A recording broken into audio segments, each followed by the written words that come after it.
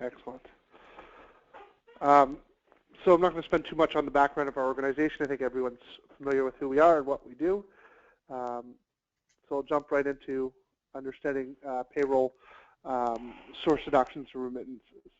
For those of you who are in your very first year, payroll source deductions are the taxes that are deducted at source by your employer and remitted to the government on behalf of the employee. So these deductions have to be paid to CRA in the month following in which they were in which the employee was paid, and we'll go through the exact deadlines that are applicable in some future slides. But basically, if you employee and you were receiving a T4 from your employer, they were taking taxes off at source, hence the term source deductions, and remitting them to the government on your behalf.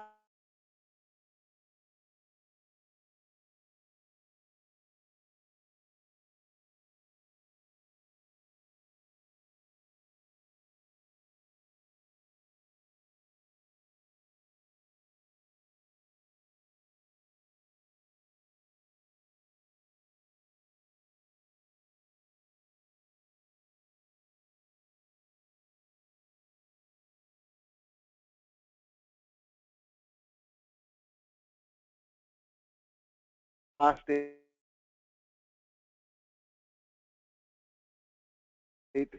we can declare in January, which would be the month following December salary. And which the question for those of you who are just starting out in your first year is, do you need to declare anything by December 31st, and therefore pay source deductions by early January? And a couple of questions we want to look at, first of all, are whether you have income from other sources, and if so, how much. Because if you were, for example, working full-time for 9 months of the year, you probably have sufficient income from that sources to push you into at least the middle, if not higher, tax brackets. So paying yourself a salary from your corporation is probably not a good tax strategy. And one of the greatest benefits that you get from a corporation is the ability to do tax planning and tax strategies that allow you to defer when you take income from your corporation. So even if you had the corporation open for 6 months and you've drawn money out of the corporation over the past 6 months, it doesn't mean you're necessarily obligated to declare an income from your corporation. But we might want to.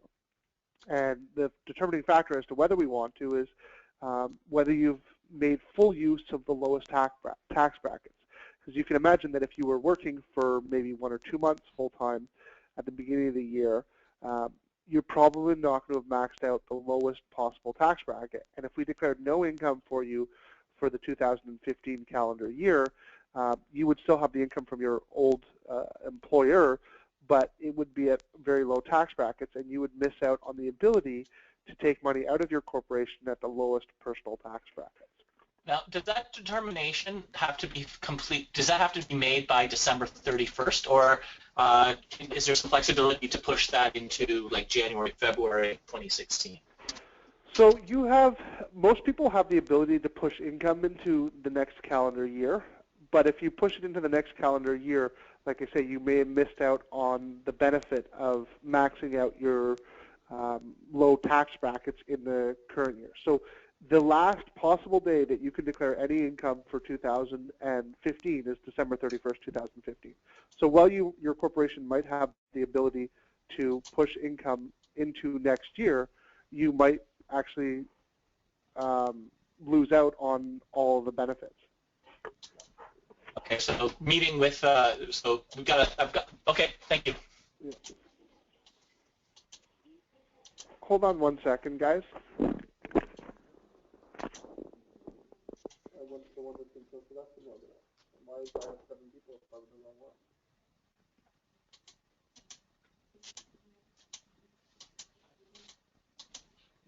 Well, email them this way to give you the, I can give you 536 013 733. How can some people have this but not? Hi guys, I apologize. There seems to be a bit of confusion on the actual meeting ID. We might have inadvertently sent 2 meeting IDs, so we just have a couple other people that are going to try and log on here. So I'm going to try and go a little bit slower so we give these people a chance to log on.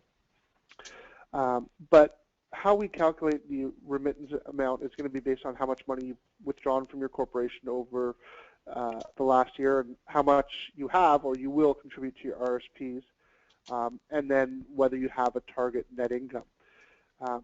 What we have with corporations is we have the ability, like I said, to defer income. But generally speaking, all the money that comes out of your corporation has to be taxed personally, either through a salary or a dividend. And what we want to look at is whether it's tax effective for you to take that into income in the 2015 calendar year. And how we determine that is basically looking at how much money you have from other sources,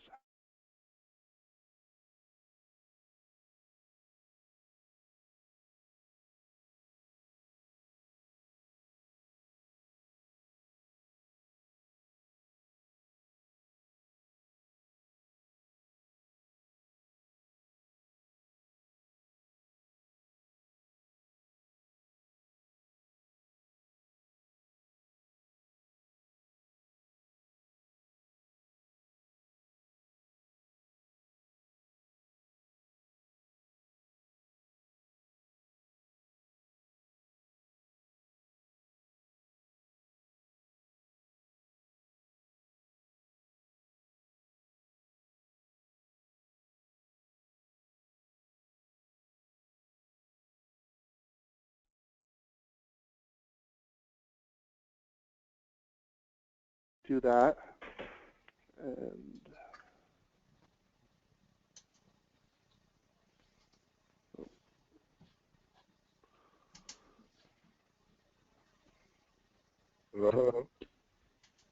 hi guys, we have some more attendees dialing in, do we?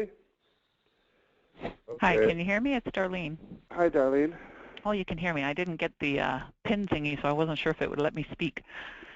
Yeah, I think it just prevents me from muting you, so I apologize, everyone. We do seem to be having a few technical difficulties. Right. We can see the screen again. You can see the screen again. Okay, that's good. I'm just going to switch over to my landline or my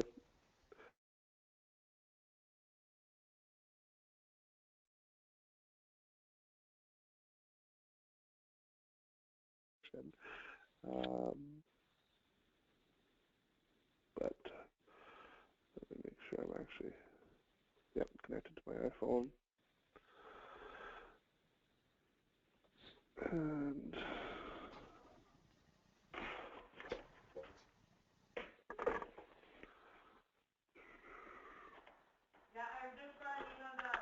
technology is great when it works. It's a real pain when it doesn't. Bear with me, guys, here.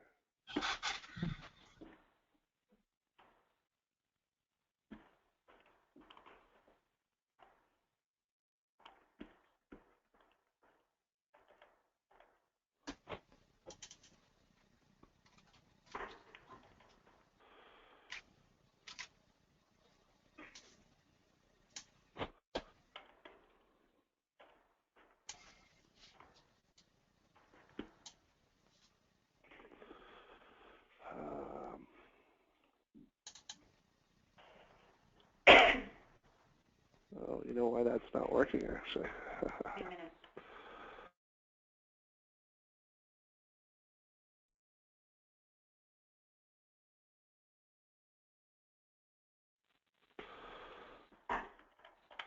Okay. So, starting again here, guys. This is a webinar on source deductions, hopefully to help you guys understand the implications of what those are. Not going to talk too much about us. I have talked a little bit about what payroll source deductions are, but I'm just going to reiterate that again for the people who've just logged on. So payroll source deductions are the taxes that an employer deducts at source from its employees and remits to the government on their behalf. And these are due in the month following which the employees were paid. We do have some flexibility on the dates that we pay ourselves as self-employed individuals, and the last day that we can possibly pay someone during a calendar year is December 31st, which means that we would potentially have a deadline for anyone who wants to declare an income by December 31st in early January. And there are different thresholds and different deadlines based on your threshold, and we will talk about those in a second. And again, just to reiterate for those who were on the call earlier, but to start fresh for the new people on the call, this should say 2015, not 2013. But the big questions we need to ask ourselves to determine whether we want to declare a salary in our potentially first year of operations is whether we have income from other sources, and if so, how much, and have you already declared income from your corporation for the current year. So if you're a new business, you might have income from other sources, and if those, if the income from other sources is above the low tax brackets, and again, we'll go through the tax brackets later today, then we probably have no need to declare any additional income.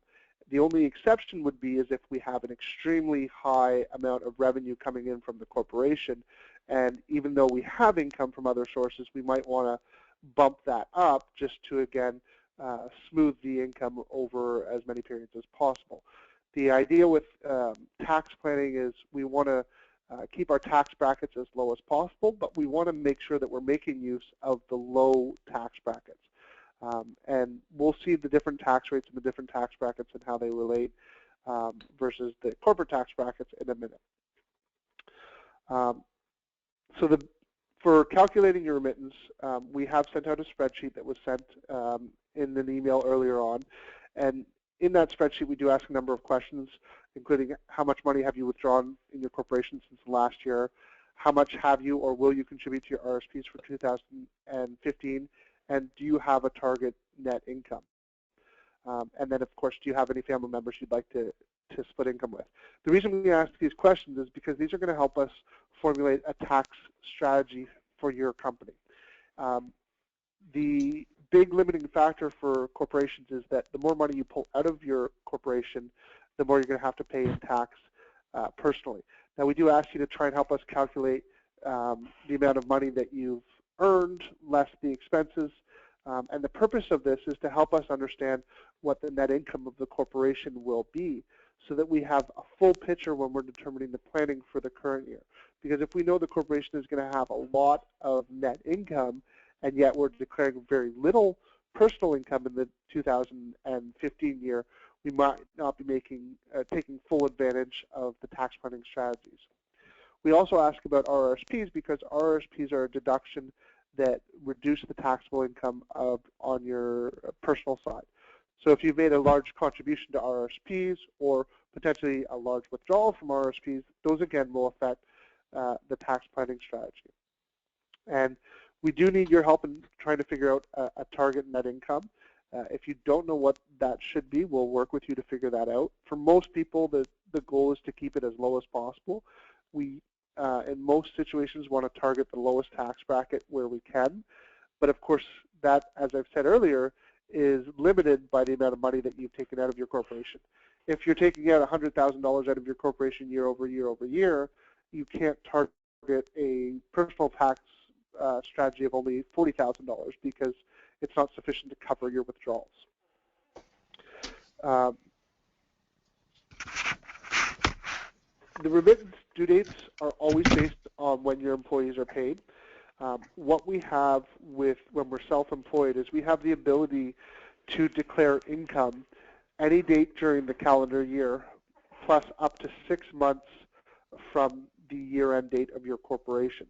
So if your year-end is any date after June 30th, that 6 months actually pushes you into the next calendar year. So you would have the ability, if you wanted, to defer any income that you've withdrawn from your corporation into the next calendar year. However, we want to make sure if we're going to do that, that's the most effective tax strategy for you. For example, if you've worked the first 6 months of the year at a full-time job and you had income over $50,000 and you haven't drawn a lot of money out of the corporation, it might be a very effective strategy to defer any salary that you're going to declare into the next calendar year.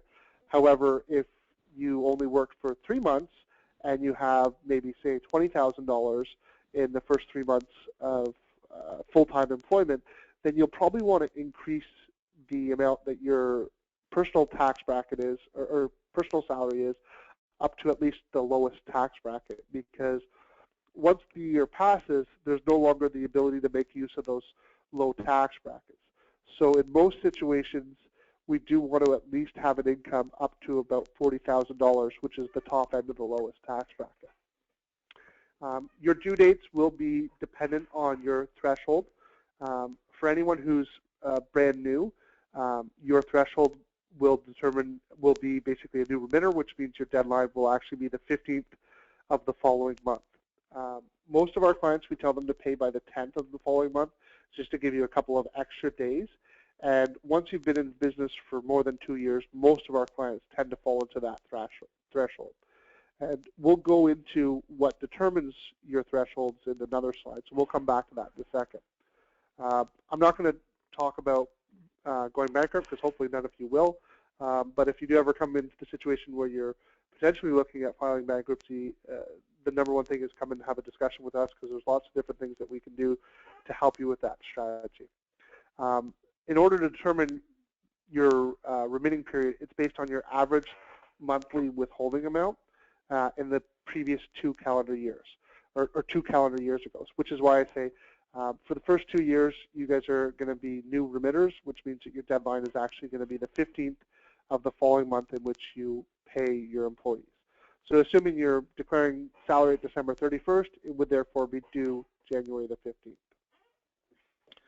So now we have a slide here that does its best to explain the different threshold amounts and the remitting periods. So we have a regular remitter, which has an average monthly withholding amount of less than $15,000. So your average monthly withholding amount is how much you've withheld for your employees. Now, because most of our independent contractors are paying their salary typically only once a year, most of them fall into the threshold 1, which is an average monthly withholding amount of between $15,000 and $50,000, which means most of our clients after their second year of operation will be due on the 10th.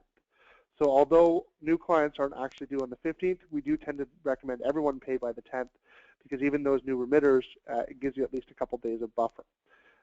And if you do happen to have more than $50,000 of remittance, you are then bumped to a threshold 2, and this would move up your deadline instead of the 10th to now the 3rd of the following month. So potentially, if you have had 2 years ago paid more than $50,000 in source deductions, your deadline would actually be the 3rd of January, not the 10th of January.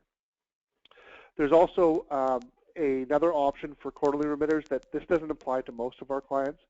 It basically says if you have less than $3,000, you're eligible to file quarterly.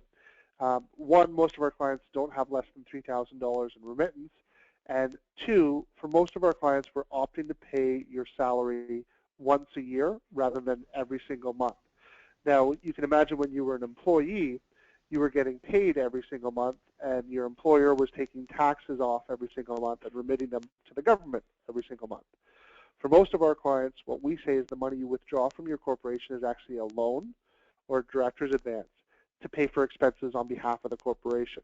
This gives us more flexibility in the planning, because now we can base your salary on what you actually spent throughout the year rather than try to guesstimate it at the beginning of the year.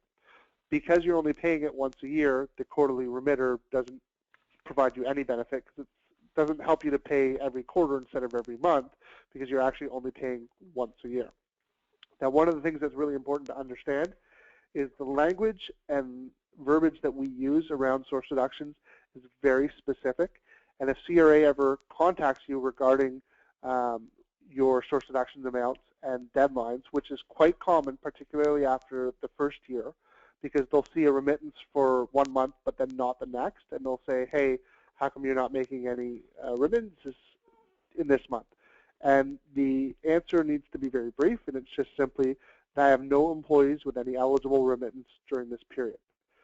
If you have any concerns about relaying that message, you should contact one of your account managers or staff accountants here, which would be either Michael or Satwinder, and they'd be happy to get in touch with CRA to help you resolve that issue.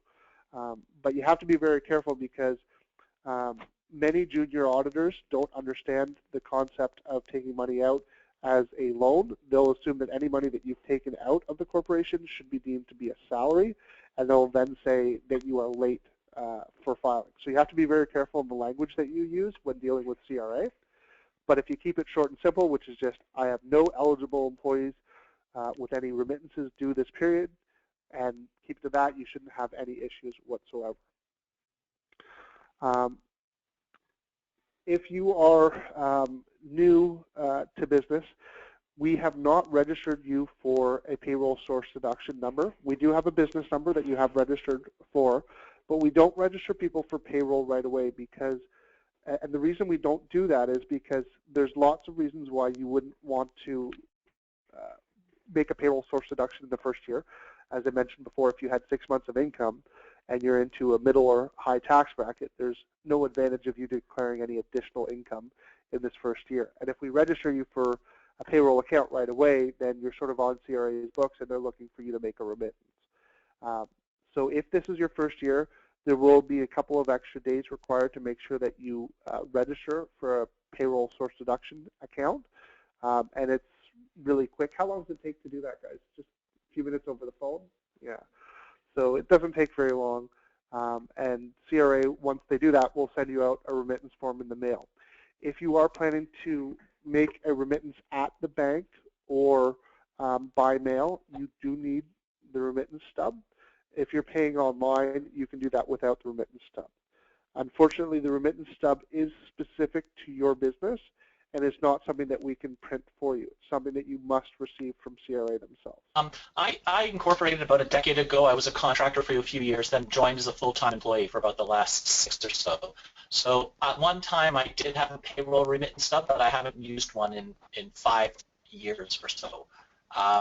Would I need to re-establish that, or is that just something I should talk to my account rep about? Yeah, the easiest thing is I would contact CRA or have your account rep contact CRA to ask them, because it's quite likely that the payroll source deduction account was closed, and so you might need to reopen a new one. And the best thing is to either go onto your CRA online portal, the My Account. Has everyone accessed their CRA My Business account? Are they familiar with it? No. Nope. It is an amazing tool, and they're getting better and better.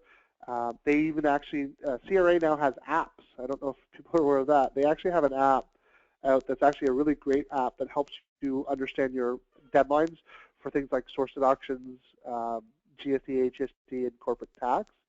That's great. So there's a number of great tools that CRA does provide, and they're trying to become more and more digital.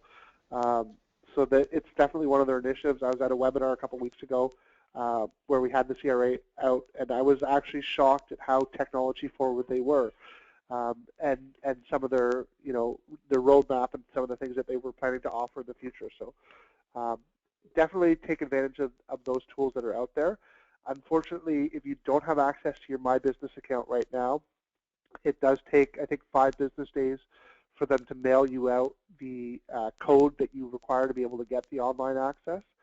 So if you haven't set one up, I encourage you to go ahead and do that now, and just recognize that it'll take you a couple of days to get that set up. They'll also ask you when you're doing that for some basic information from your last personal tax return. So you'll want to have that handy when you go online to do it. As far as making... My Business account? Pardon me? What was it called, the app, My Business account? So there's a couple of apps that they have on the App Store, the Apple App Store. I don't know the names of them off the top of my head, but I'm sure if you Google CRA, they'll come up pretty quickly, or just search CRA, they'll come up. But the CRA My Business account, there's two accounts that you can set up with CRA. These are just web-based. They're not actual apps. They're SaaS or ASP or cloud or whatever you want to call it now. And so you can just log into them from any web browser. And there's two of them. You can Google both of them. There's CRA My Account, which is for the personal side, and CRA My Business Account, which is for your corporation. And they are two separate accounts. One would be specifically free for your personal taxes, and on there you can get access to notice of assessments and other things that you might want to download. For example, if you're applying for a mortgage or anything like that, you'll want to have copies of your notice of assessments, which you can access. Michael just shared with me the CRA app is called CRA Business Tax Reminders. And then there's the French version of it right after, which I can't read, but or at least if I read, I would butcher. So it's a great app to download and play with. I know that they've got a roadmap. They're going to be having even more technology coming down the road that's going to make it easier and easier for small businesses to be able to manage their taxes. For now, there are a number of ways that you can make payments for your source deductions. You can make electronic payments from your bank or from CRA itself. If you do an electronic payment from CRA itself, it does limit you to whatever your Interac limit is, which is different from financial institution to financial institution. However, if you make a payment from your bank itself rather than from the CRA website, there is no limit on that. So those are usually the best form of payment is to go online to your corporate bank account and then make your tax payments from there, and then you don't need to have any forms available. If you're going to go to an automated teller or teller, you do need the remittance stub that we mentioned earlier. And with mail, I think you can actually mail it without a stub, can you? Yeah. So you can mail a check. It's just important to make sure that you put the payroll account number, which would be your business number followed by RP0001. It's not uncommon for CRA to misapply payments.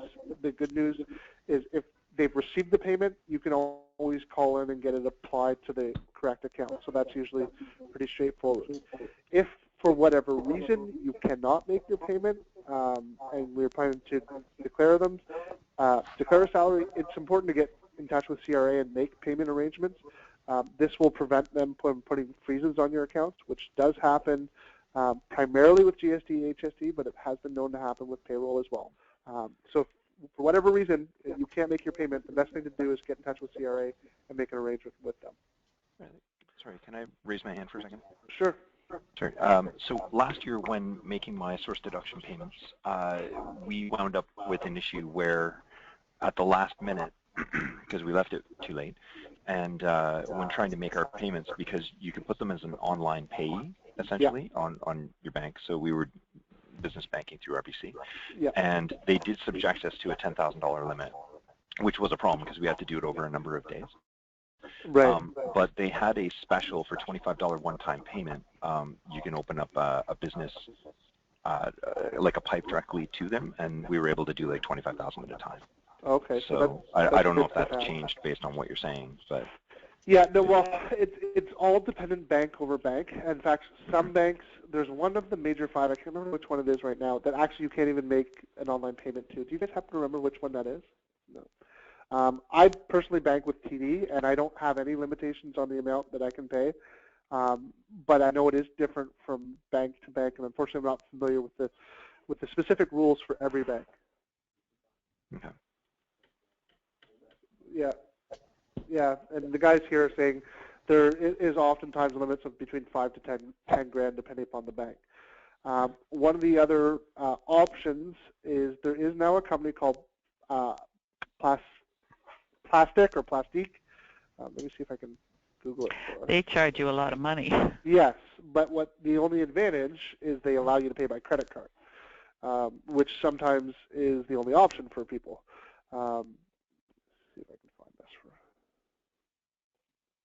I think it's PLASTIQ, I believe. Yeah, yeah. My son used it to pay one of his utilities at university. I think the bill was $300, and we paid $25 to use Plastique. Yeah, you have to be careful because it is a payment processing site, and they do have fees associated with it, and it's not associated with CRA. It's not owned by them. It is a separate for-profit company. Yeah. But it does. It's probably the only way that I'm aware of today that you can pay by credit card. Yeah. Now, again, having spoken to CRA, I know that that is something that they're working on, so it's going to be coming. When it's coming, I don't know. So as we talked about before... Sorry, Andrew, so if we used Plastique and they charged us, is that fee expensible? Yep. Okay. Because it's not a CRA penalty. Yeah, okay. Sorry, just point of information. I just looked up anybody who banks with RBC, call them up and ask them to enroll in their tax filing service. It's $25 and there's no limit in how much. Yeah, there you go. Yeah. You gotta love that they just charge you another $25, another little upsell. Well, yeah, it's a one-time thing though. One-time thing, yeah. Okay, so that's good for us. You guys may not have heard that, but one of the things you can do if you're at RBC is you can enroll in their tax payment system, which is a $25 one-time fee, and then there's no limits in any payments. So that's good to know. So thank you for sharing that. We'll make sure we share that with the other clients as well. So thank you. I'll email this to you actually. Excellent.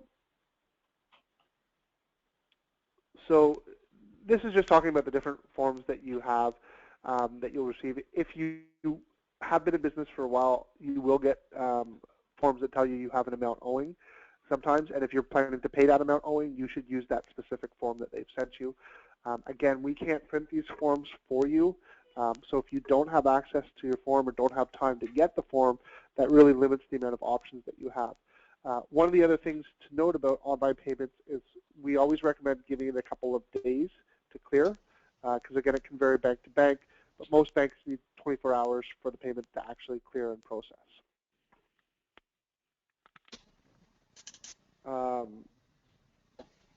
So if you're not making a remittance, there's a number of different options to notify CRA. Generally speaking, our policy is to wait for them to ask the question and then respond with the simple question, which is, we have no eligible employees with any eligible remittances during this time. And in fact, there's often a form that comes out, and there's a couple of tick boxes that you tick that basically effectively say that you have no employees with any eligible remittances during that time. Again, we'll probably put something out in the new year, because that comes, what time of year do those normally come? They come usually February. Yeah. Yeah. So yeah, that's the other thing Michael was mentioning, is that with the My Business account, you can log in and say no remittances. And so it's another way to do it online. And again, you can do it through telereply or by mail as well. Sometimes it is easier to go online and just do that, and then you stop getting all these emails. Yeah. So again, if anyone's having any problems with that, Michael or Sat are great resources for helping you do that. And what I'm going to recommend is maybe we'll put together a short video on how to do that, screen sharing, and put that up on the website. Oftentimes there are issues with under remittances, over remittances, misapplied payments. Probably the most common issue is a misapplied payment. And these are really easy to fix. It's usually just a call to CRA to tell them that it has been allocated to the wrong account, and tell them which account to allocate it to, and they will reallocate it. And if it was paid on time, no matter what date you identify that misallocation, it will be recorded as being paid the date the money was received. Under remittances can potentially be a problem, as we have a bit of flexibility as your accountants in how we manage that. Generally speaking, if you have under-remitted so far that you haven't paid enough to cover your CPP, there's going to be a problem. However, if you have under-remitted and haven't paid the full amount but have covered all of the CPP that is due, what we simply do is when we prepare the T4, we allocate the appropriate amounts to the CPP and the different amount to the tax, and then when you file your tax return in April, the difference between the amount you remitted and the amount that's actually calculated on how much you will owe on your tax return, you pay at that period. Again, same thing for an over remittance. you'll then just be issued a refund. The only issue is if you've made a remittance and aren't planning to declare any salary whatsoever. That can often be difficult, not impossible, but difficult to make sure that we're getting the money back. Just because if you made a remittance, they don't understand why you made a remittance if there's no employees. It's not impossible, but it does become convoluted, to say the least. So if you accidentally have made a remittance that you didn't intend to, the best thing to do is talk to Sad or Michael, and they'll make sure that we can help you get through that issue. Failure to deduct is one of the largest penalties that they have with CRA, and this is effectively because the concern is that you can imagine if you were an employer and you were taking money off your employee's paycheck and it wasn't yourself and not remitting that to the government, you've effectively defrauded that employee. So they apply pretty significant penalties, and if you are a day late, that penalty is applied. Period, end of story, no coming back from that. In addition, if you fail to deduct the amount more than once per calendar year, they could potentially apply up to a 20% penalty on the second or later failures. So you want to be really diligent with your source deductions and make sure that we're getting them in on time and giving ourselves a nice buffer so that we're not waiting till the last day to get those source deductions in case there are issues with, you know, amounts that you can remit, payment processing through your website or your bank, whatever the case might be. So always give yourselves at least a couple of days as a buffer just to make sure you don't run into any problems. Now I'm going to jump over to the form that we've sent you guys to sort of walk you through what this is and what the various pieces of information we're asking for and the reason that we're asking for those so that you can better understand how to use this tool.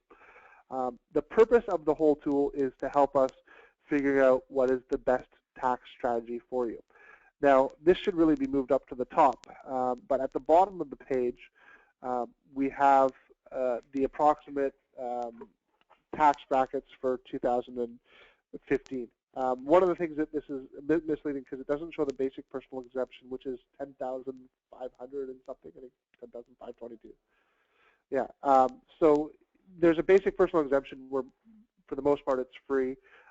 It gets really complicated because we have CPP, which starts at a different level than the federal tax bracket and the provincial tax bracket. So they're all a little bit different. But these tax brackets help you understand the levels that you want to be at. Most small business owners want to make sure that they're paying themselves at least $40,000 because that's the top end of the lowest tax bracket. And the only reason you would want to be below this is if you have a net income in your corporation well below that, and that's very few independent contractors. The only situation where that might tend to apply is maybe once you've hit retirement age and we're drawing money out of the corporation in smaller amounts. But then again, you're probably going to do that in the form of a dividend rather than a salary. And by the way, I am purposely not having the salary versus dividend discussion right now because it is a complicated issue. But what we can tell you is that for anyone who is during their income earning years, our recommendation is to draw a salary from your corporation. And there's a whole bunch of reasons for that. The only exception to this is if you're looking to do income splitting with children over 18 or a spouse and you want to give them more than what would be reasonable for any work that they're doing in the business. Salary is usually the best format because it allows you to contribute to CPP and allows you to build up RRSP room, two strategies that we think are good and effective strategies. If for whatever reason you disagree with that and you want to take salary as, or income as a dividend instead, then this whole source deduction discussion goes away because with dividends you don't, the employer doesn't withhold taxes and remit them to the government on their behalf. The shareholder simply pays the taxes on the dividends they've received when they file their personal tax return, assuming that there are any taxes to pay. So this helps you figure out the thresholds that you want to target. Like I said, most people would ideally like to be in around the $40,000 range, but we're often limited by the amount of money we're withdrawing from the corporation. And sometimes that does mean that we go up to these higher tax brackets. And you can see that there obviously is a number of stepping points that we might want to look at targeting. And how we would determine our target threshold amount would be looking at our personal lifestyle expenses and the amount of money that we need to draw out on a regular basis. If we know we need to maintain our lifestyle $70,000 a year, then we were going to want to target a tax bracket around $70,000 a year, because if we need $70,000 a year to live and we're only taking a salary of $40,000, we're going to end up in a situation where you know, we have this rolling snowball that eventually has to get paid at some point. And the whole goal of this is to smooth income as much as we possibly can. We do want to leave as much money in the corporation as possible, because the corporate tax rate is only 15.5%, and you can see every one of these tax brackets is higher than that. The one thing to keep in mind is that because of the basic personal exemption, if you look at average tax rate versus effective tax rate, and actually I'm going to step back for a minute here and explain the difference between effective tax and average tax. So effective tax, between average tax rate and marginal tax rate. So your marginal tax rate is the tax rate of the last dollar that is being taxed. So these tax rates that you're seeing here are your marginal tax rates. So, for example, anything over $220,000 will be taxed at $49.53%, but it doesn't mean the income before $220,000 49.53. It's still taxed at whatever its rate was. So the average or effective tax is just taking the total tax that you're going to pay divided by your total income. And when we look at your average tax rate on up to about $43,000, when you include the basic exemption, it usually comes to around 15.5%, which is effectively the same rate that you would pay to leave that money inside the corporation. So even though we're saying here that the marginal tax rate is $20,000, when you factor in the basic personal exemption, up to about 43, it's actually only about 15.5% average or effective tax. So this is something that we want to take into account. And even though it's only 15.5% to leave it in the corporation, once this year passes, you can't go back and pay salary on previous years, at least not without filing an amendment and paying penalties on that. So once we figured out a tax rate or target tax rate, we would want to put that in this field here. And what that's going to do is allow us to sort of work backwards from that number. And then as we put in numbers, like let's say I wanted to target $43,000. Now what this is going to allow me to do is put in other variables, like if I have income from other sources, I could put that in. And now at the bottom here, there's the calculation for the total of all the different calendars, or different fields, which include a number of different variables. For example, RSP withdrawals or RIF income, other business income, sole proprietor income. There's a whole bunch of other things that might come into play. But what we're looking for is the total of all the income that you will have from other sources. And then we can put in, and those are things that will decrease the amount of money that we want to declare for you. So we see $43,000 minus $20,000 is going to give us the desired amount, which is $23,000. The other thing that we're going to have is things that are going to reduce our taxable income, for example, RSP contributions. So if we put in $15,000 of RSP, now we know that to get up to the target rate of $43,000, we now want to declare a salary of $38,000. So this is how this field is working. Now, we might have multiple people in the family that we're looking to target. What we'd want to do is put each person that we're looking to declare a salary for. So we might put the husband, the wife, the children. And we do want to put in their social insurance numbers, because if you don't put those in, we're going to come back and ask you for them later anyway. So if you can put those in now, that will definitely help us. And then we would probably have target tax rates for each of those people and put in the appropriate fields. Now, one other factor that we need to take into account is how much money the corporation is actually going to earn. We see that at the top line. So we're asking you for your estimated gross corporate revenue and your estimated total corporate expenses. And this might seem unrelated at first, but it actually ties right in, because the reason we're looking at this is to have a feel for how much money you've earned, how much money you're declaring, and whether those things are in line with one another. Because if you're declaring more in salary than you're actually planning to earn, that's not a very good strategy. And if you're declaring far less than you're earning, again, you might not be making the most effective use of your tax planning. And then the only other thing that we do ask is your estimated director's advance. Now, for those of you who are new to being an independent contractor, your director's advance can be overwhelming to understand in your first year. What your director's advances are is the sum of all the money that you've taken out of your corporation less the money that you took out that you were able to deduct as business expenses. So let's say, for example, that you earn $100,000 in your first year, and you withdraw from your corporation $60,000 in various withdrawals over the course of the year. Now, of that $60,000, let's say that for various expenses that you credit cards or cash or anything that's not coming out of the actual corporation directly,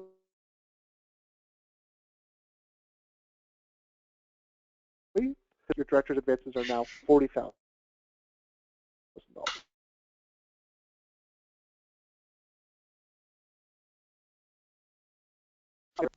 Now, what year that salary or dividend goes into, we have a bit of flexibility, and like I said, you have up to 6 months from the date of your year end to declare salary. So there is the potential that if this is your first year in business, and it's highly probable that you're not obligated to declare any salary or source deductions whatsoever. However, we want to make sure that if we're not going to declare any salary, that you are still making use of these low levels of tax. So for example, if you're not obligated to take any salary because your year end is, let's say, September 30th, and you don't need to, you could push income into the next year, and let's say you'd had $25,000 worth of income from full-time employment for the first part of the year, then you're still not making full use of that low tax bracket that goes up to $40,000. So in that situation, you would probably want to top up your salary at least up to the lowest tax bracket. Because if you defer it, which you're capable of doing it, it just means you have that much more to declare in the next year. So I know that there's probably a lot of questions that you guys, I may have generated more questions than I've answered. So at this point, I just want to open up the floor to see if you guys have any questions and how we might be able to help you address any specific issues you might have. This is Darlene. So I do have a question. So my son is a shareholder. Yep.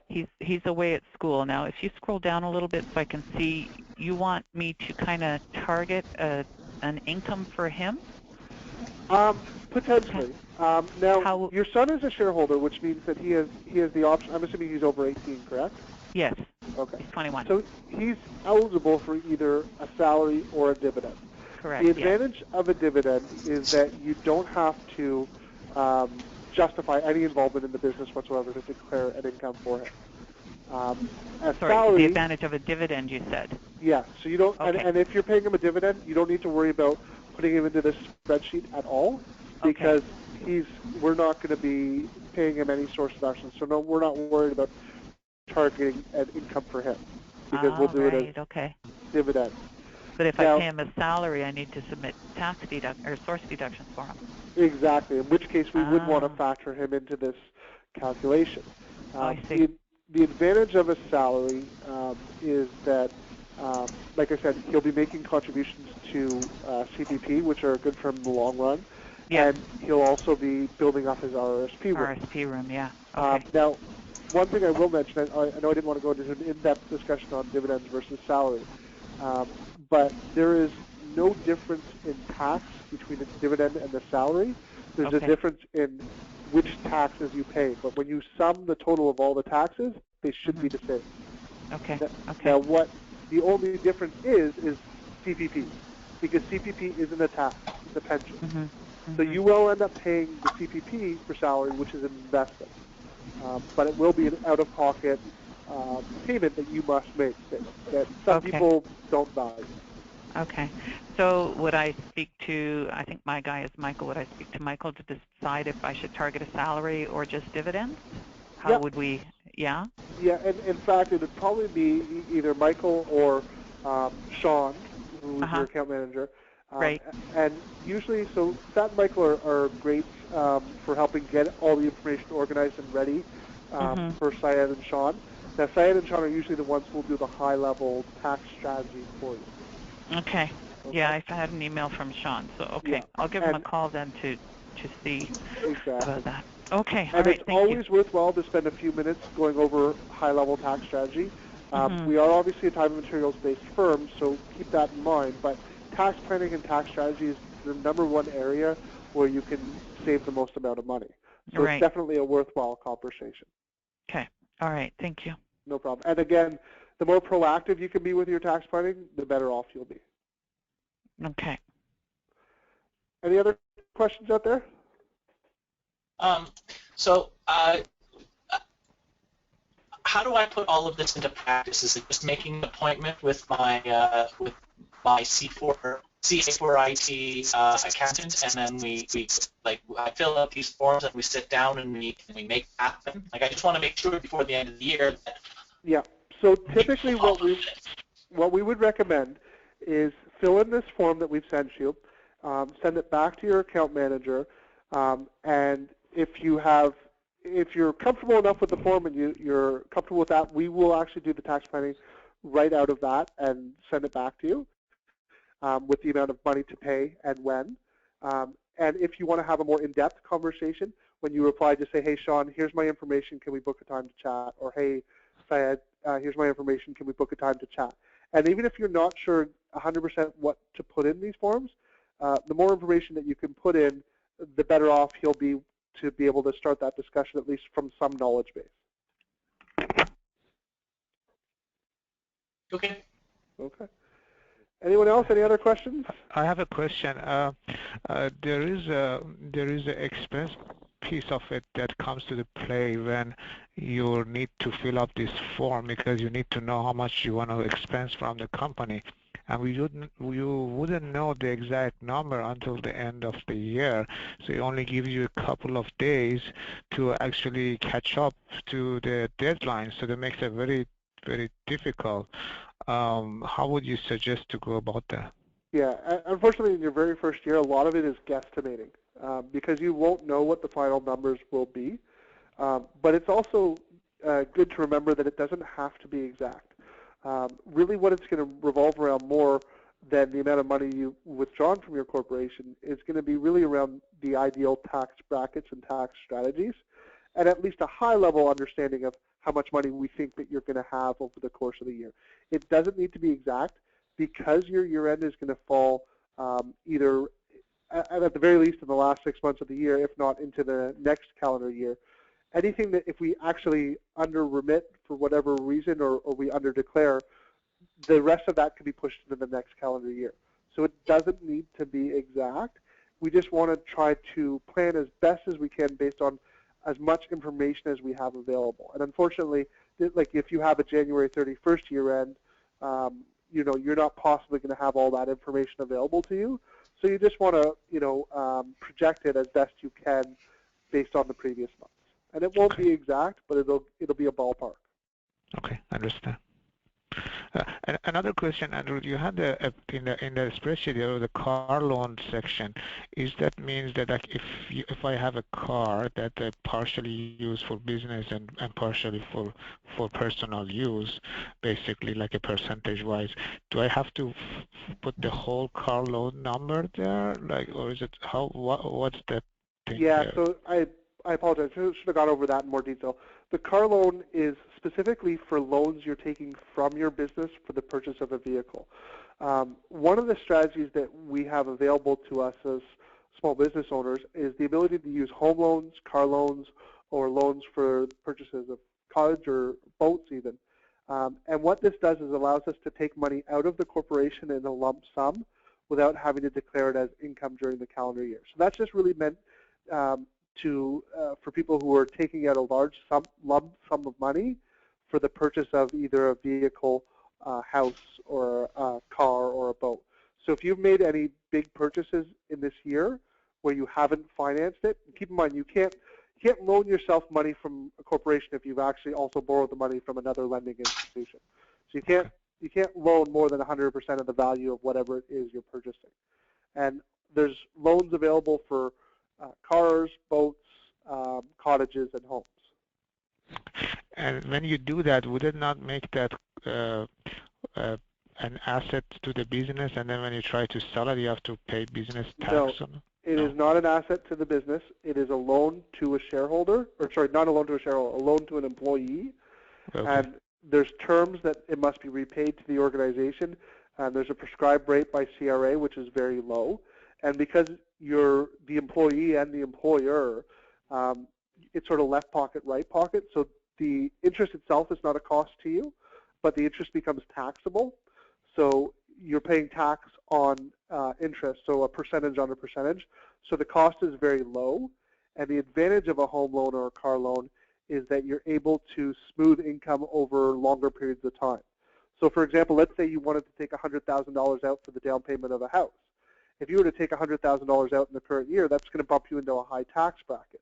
But if instead you were to take $4,000 out every year for the next 25 years, it's going to allow you to stay in lower tax brackets over a longer period of time. Right. And that's what we use home loans and car loans for. And there's prescribed rates as well as prescribed amortization periods. There is some flexibility in the amortization periods, but generally speaking, it has to be comparable with whatever you would find in the market. Okay.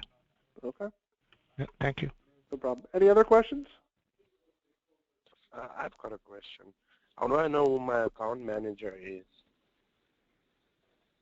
How do you know who your account manager is? Well, the email that you received for source deductions should come from your account manager. As well, if you don't know for whatever reason, you can just call customer service and they'll be able to tell you right away who it is. If this is your first year in business, odds are it's going to be Sean Hope. Okay. Hello, this is Sonia speaking. My company year-end is June next year. I still need to fill up this form and submit. Is that correct? Okay. Now, the perfect example for you is, so if your year-end is June, that means that you were probably working full-time for the first 6 months of the year.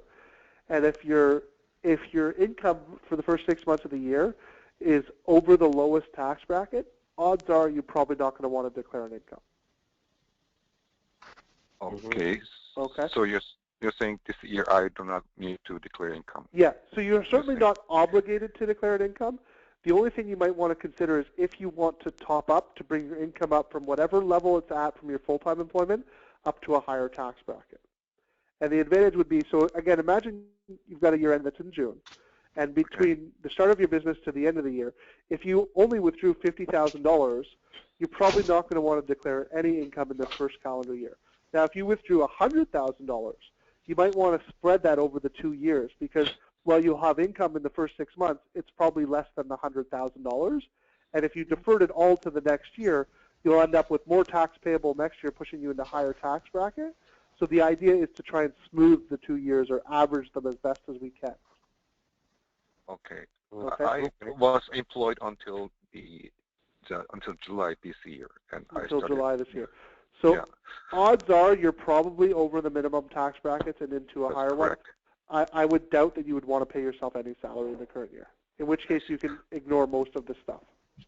So what about in this scenario, like, so I worked the first 2 months of this year, but then I got a severance package, so it's worth about 3 months, so I might fall into that category. I've still taken money out of my corporation. Would we just kind of ignore that for this year and make it effective as effective as recommend? Yeah, you're breaking out a bit, but I think I got that, so I'll repeat that. We didn't hear you. I'll try to repeat that for everyone because I got most of it. So worked for a couple months, but then had a severance package. And while he had a severance package and he's going to have high employment income during the first year, he also did withdraw money from the corporation during the calendar year. And yes, what I would say in that situation is we would defer the money that you've taken out of the corporation until next year and declare it as a salary in the next year. And the reason we would do that is because if you've got a severance package, it's probably pushed you into a pretty high bracket. And even though you have taken some money out this year, when we average that out next year, it's probably still going to be less than the severance package that you've received. Great. Any other questions? This is Sunny again. And the continuous of my previous question. So I earned some income from other companies until July this year. So yep. And from August, I started my business, and I have I withdrawn some money from my business, and also my wife. I like to declare my wife as an employee as well. Right. So would I need to declare income for my wife though? Yeah, you probably would, especially if your wife has no other income from no other sources. Then you're probably going to well, you may not want to declare any salary for yourself. You probably will for your wife. Okay. And again, whether we're talking you or your spouse or income for anyone, the last day we can do that for the 2015 year. Okay, sounds good. Thank you very much. No problem. On that note, guys, I think I'm going to have to wrap it up. We're a few minutes long, and I unfortunately have another meeting to run to.